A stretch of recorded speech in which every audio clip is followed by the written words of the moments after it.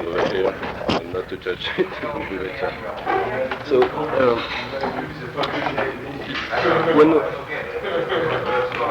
when we listen to your songs, we can find all the, it says, all rock and roll trilogy. It could be about sex, drugs, and rock and roll, but in a very special way. Especially, you often deal with sex, but very often in a painful sense. Sometimes you don't. All the last lyrics that we did were more, I suppose, in general, a bit more, less positive than the ones before. But do you think that that sex is always linked with pain? No. No. True. No. But very often, from the words I can catch, well, I can't really catch all the words. I have this feeling. So you tell me that it's not true. It's not true that all the lyrics are about sex and pain. No, definitely not true. Yeah. Only most of the new lyrics aren't even about sex. The new ones are they? They're just about they're about situations. You know, there might be. They're about everything. You know, to do with feeling very on the edge of like coping and not coping. I suppose. I don't know. Coming up.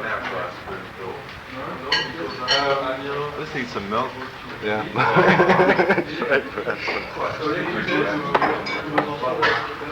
And your the last record, especially the last record, sounds very visual. So when we listen to the songs, it raises images. Is it something you work for, or is it? Or does it get like that? Yeah, it's not on purpose, no, but in a way it is because when I've got musical ideas, they're only in visual form. Mm-hmm. Very rarely are they in sound form. You know, it's just when I have an idea about a song or a sound, it's got a texture and a shape. Mm-hmm. Everything does. So maybe that's why that music comes across as visual, but it's not.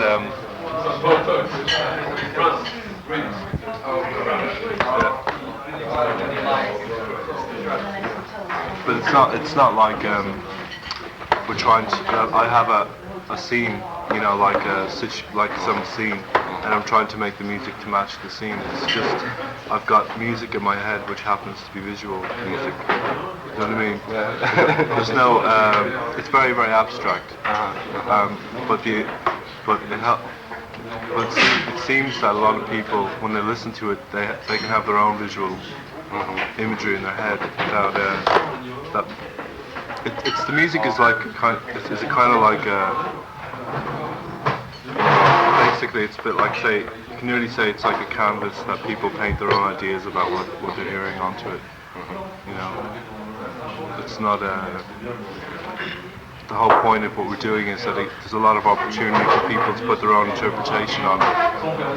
But we have very strong ideas about what we're doing. It's not like it's all wishy-washy, very vague ideas, and we say, oh well, you have to put your own interpretation on it. I have my interpretation, very very exact, and everyone else has theirs. I just think. And I've heard that you worked a lot of the songs in studio, or you went. Yeah. I can't hear a thing. I can't even hear the question. Frank. I try to speak higher. Yeah, I heard that you wrote a lot of the songs in the studio, that you went in the studio with only vocal skills or just a little melody, and that you worked a lot in the studio. Did you work like that for Loveless? Yeah. Yeah, all we had, before we went into the studio, all that we had was a few chords, you know, for 3 songs, which was one before. And they were just chords, you know. But we did them in another studio, so everything was written in a studio. Do you have your own studio? Do you have anything to know? No. You don't even have anywhere to live. I don't. Particularly.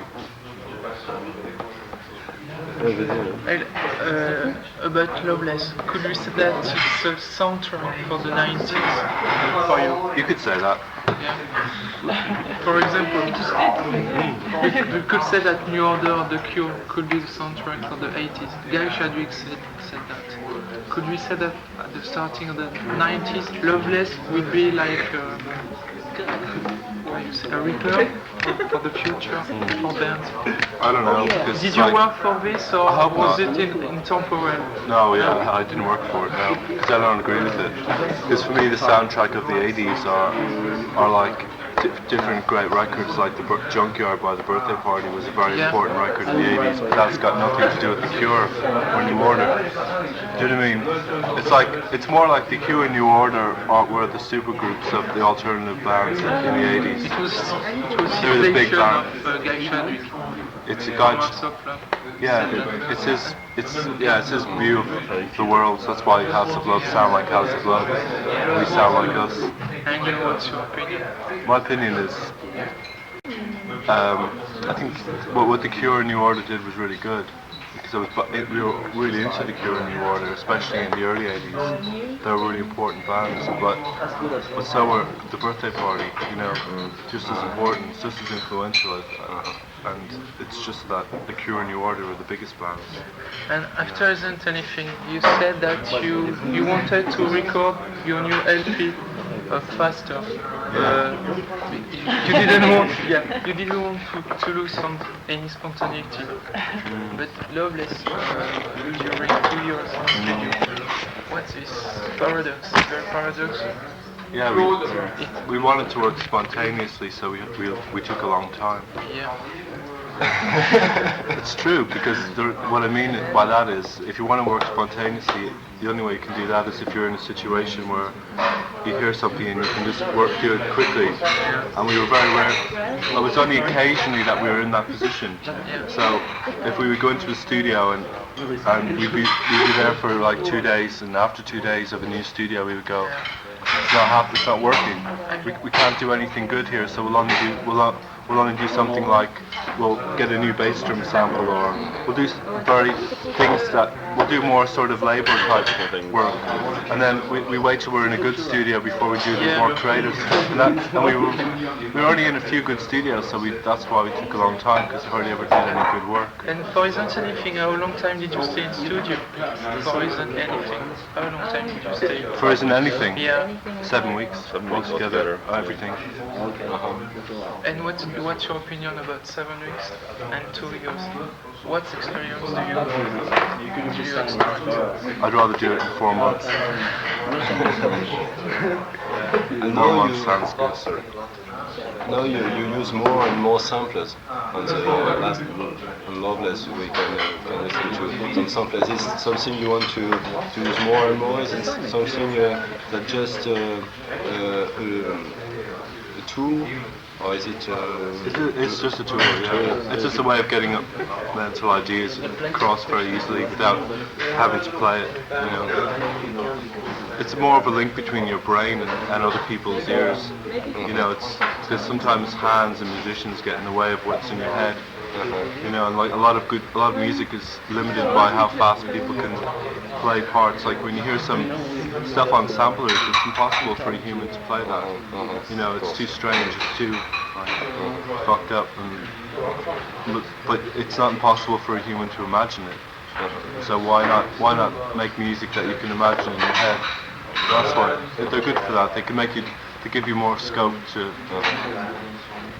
I mean, in the long term, you know, I think in the short term, samplers were used by a lot of people who have no imagination. You know, and that was their tool to sort of, for lack of imagination, they could use a sampler to get rich.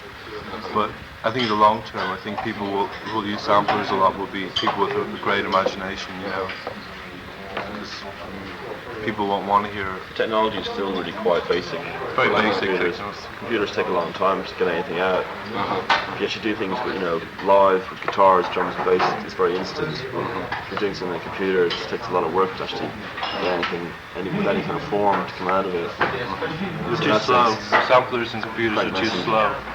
They're very slow at the moment. They're not. It's much faster to work with live musicians that you can on with than a sampler. But you can do things with a sampler that you can't do with live musicians. I know you've introduced in some of the songs what we could define as a dance element. There are some songs are really danceable, and is it a new evolution? No, now do you just want to have few songs, few dance songs? Yeah, like everything we do, everything's just. Whatever's around, you get influenced by.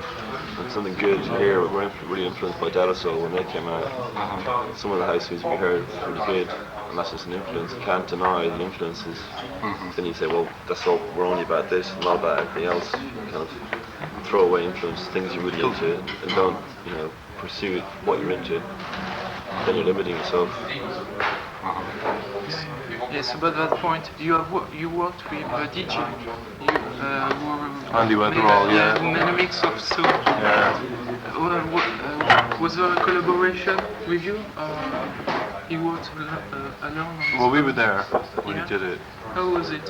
It was good. Experience? Yeah, great experience. It was a great experience, yeah. It was really spontaneous. You just take a few ideas and you just bash them out. But the mistakes were left in there. It was a great experience, but it wouldn't. I would never make a record like that myself.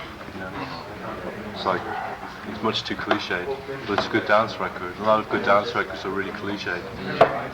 They're not original. There's too many really old-fashioned ideas, but it's good for that. Could you give another tracks to DJs to make? Never. Never. No, we only did it once for the experience because Andy Weatherall was the person that we respected the most. So we thought we can go to the person we have the most respect for. And we did. Now there's no one else left. Really. And how did you feel during these 2 years? I think that there was a lot of pressure for now. You are an influence for a lot of English bands, and your album was a very long-awaited album, and everybody is interested in music was waiting for it. How did you manage with this pressure? Did you feel it really? Not really. Not really. No. Because main reason is because it doesn't matter what people say. It doesn't matter if everyone thought that it was a terrible record. Then we would just think, well, in 5 years' time, a lot of those people will look stupid. So if everyone says it's a brilliant record, then we think, well, maybe a lot of them think they're only saying that because they don't want to be the one, who says it's a terrible record, to be on their own. So you can't really get any satisfaction out of what people say. If a person comes up to you and says, I really like this song, then it's just the same as if someone comes up to anybody and says, oh, I really like your jacket. It's like, or maybe if it's more like it sounds personal, but in a strange way, when people hear your music, they're not really very often connecting with what you feel personally about your own music. So it's like their own experience that you can just respect for what it is. And a journalist, most people in the media, especially in England, because the way the English media is, it's extremely, it's like a race or something. It's not like, there's no actual very little criticism about music. It's more, it's a kind of a thermometer of what's. It's more fashionable than in Europe. Oh, it's ridiculously fashionable. It's only fashion. But do you feel pride being an influence for so many bands? A little bit. Not really, because if they were all brilliant bands, then I would, yeah. But a lot of them are really awful. So. Do you feel like a godfather or elder brother with new bands? Huh? Do you feel like a godfather or Always. elder brother? We're just more. We're just more than everybody. During these 2 years, We're more noisy and more melodic and more wet, more sickly, more aggressive, more old.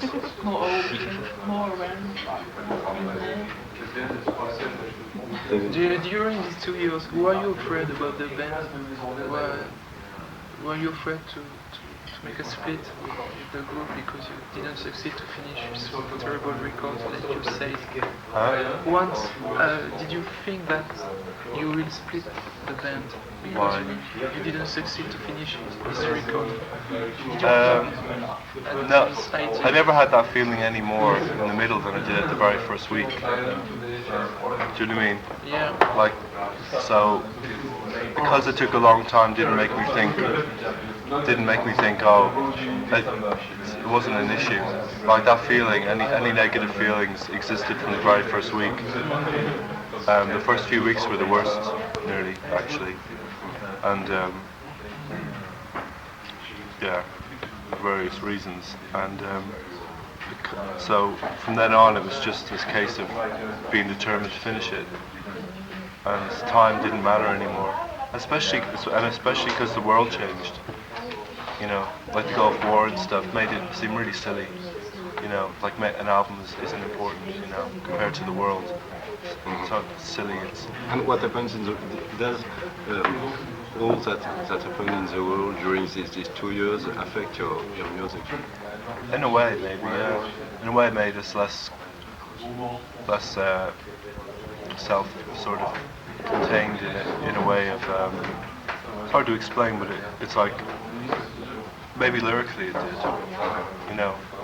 Like lyrically, like the last thing we would have said is started preaching about things, you know, because in this world now, you know, if say for example, if you can't come from Los Angeles, if you're a black person and you live in Los Angeles, then what you have to say about your life is very interesting, you know, but because it's a direct person, you know, or somebody who lives in, you know, anywhere in the Middle East. Imagine if there was a band from the Middle East singing really aggressive sort of noise music about Saddam Hussein, in which they hate that government. It would be really interesting.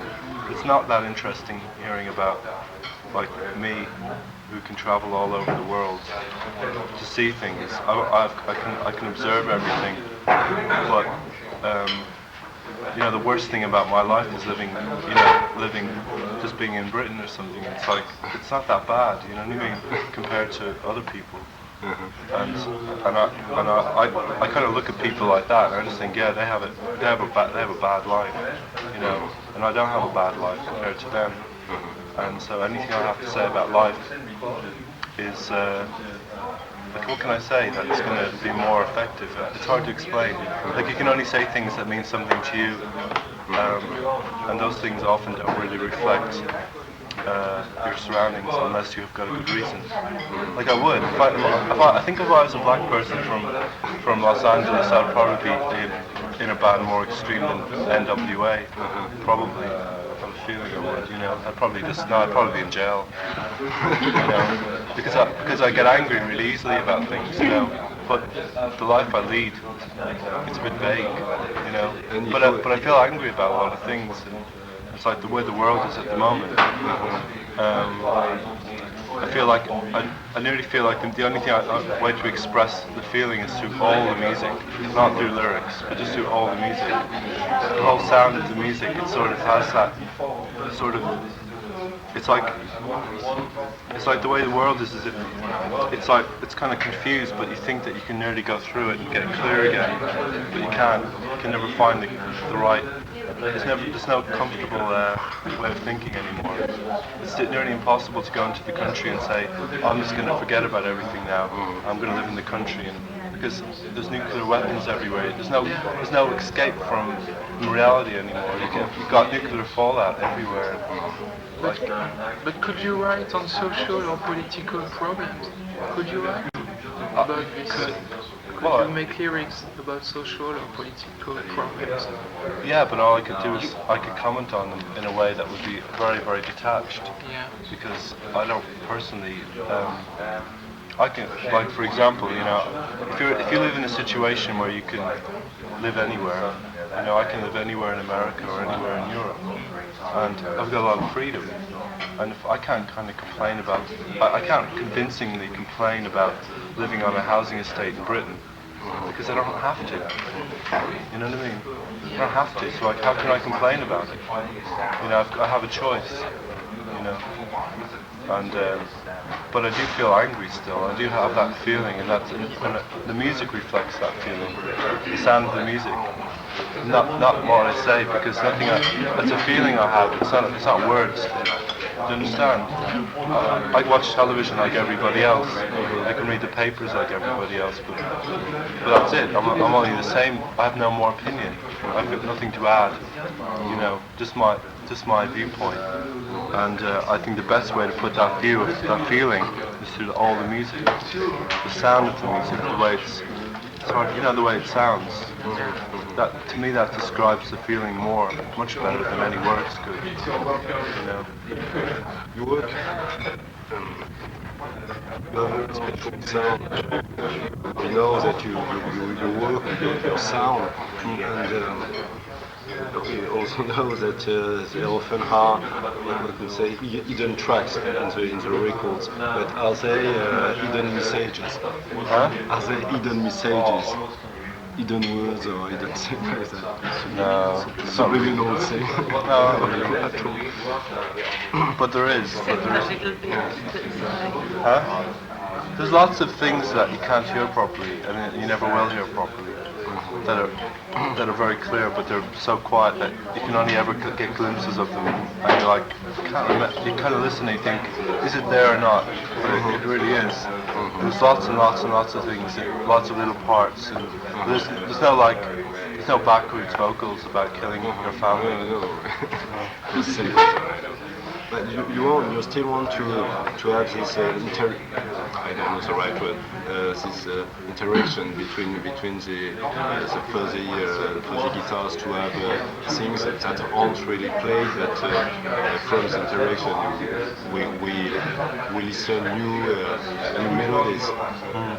You know, I'm not sure. Oh, I do, yeah. Not really clear, but Well, see, sometimes. how do you work that? Huh? Do you try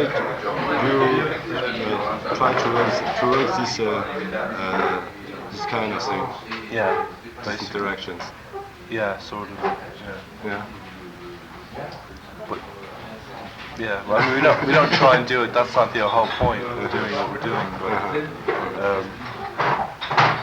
it's like getting a balance between instruments where they work together completely, you know, as opposed to bass guitar, vocals, hi-hat, bass drum, tom-tom. Do you know what I mean? Do you try to break this usual structures?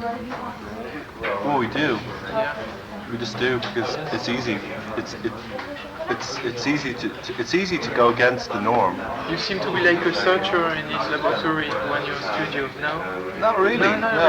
It's more like I just want to do it this way instead of that way. Because I read once that you put a tent in your studio to research new sounds for your guitar. Is it true or is it only a joke? It's half true and half a joke. We made a tent.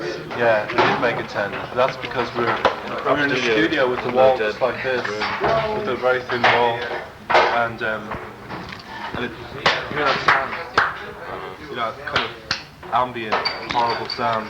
And when we were singing, you could hear like an echo. Yeah. So we just put blankets everywhere, so it's really dry and dead and quiet. So that's why. And for your guitar, do you use a lot of high technology? Do you always try to use new FX pedal? Do you test them, or do you have your own old? It's a mixture. Yeah, a mixture. I mean, most of the good stuff, the stuff that people consider good about us, isn't from effects. Most of it. The only effect that we use is a thing called reverse reverb on a few songs. But say in Soon, for example, there's no effects on the guitar at all. Do you use always the same guitar, or have you got 1, 2, 3, or 4 guitars? Or What kind of guitar do you use? mostly Jaguars and Jazzmasters. Yeah, always. Yeah. Mostly. About Creation Records, what's your situation now? Have you left the label? Or Yeah, nothing. have you got contacts with labels or record companies? Huh? Have you got contacts with other labels or records companies? Yeah. Major company now? Mostly, yeah. Yeah. I think most small labels don't even want to think about us because they just, they didn't realise it'd be impossible. Because we're not. You're not afraid to go on a major company? No. I want a major American. Sorry, definitely. Yeah. We would be, but except for the fact that we've been doing this more or as much as most of the people working in the record company, and they don't know any more than we do. We're right, and like anything they say is wrong, and they know it. Do you think you could stay during 2 years if you were on a record company? In the studio for 2 years? Yeah. Oh yeah. Lots of bands do it. What do you think House of Love are doing? When's the last time House of Love brought out an album? It's been 2 years, hasn't it? Yeah. It's like most big bands and major record companies spend more time than independent bands. If we were on a major record company, what we did wouldn't be strange. Taking 2 years to make a record, no one would have thought, oh, that's strange. You know why? Because nobody would have thought about it. Because the only person who made a big deal about it was Alan McGee. He told the press that we spent £250,000, and we didn't. Do you think the major companies change? Have they changed? Yeah. Yeah, they have. Yeah, I do. I think they've changed a lot because of independent. I think they've got much better because of independent companies. A lot of the people who work in major companies now, Where we find the indie they've come from that. Yeah. Yeah. Yeah. And I think. They're more attentive, concentrated. Yeah, I think if all independent labels disappeared, it'd be a really bad thing, a really terrible thing. Because within 5 years, all the majors would be terrible again. It's the only thing that keeps major record companies good. But the problem is, it's very difficult to. It's hard to stay on an independent label. It's difficult. It's a lot of work. Only a few bands can manage it.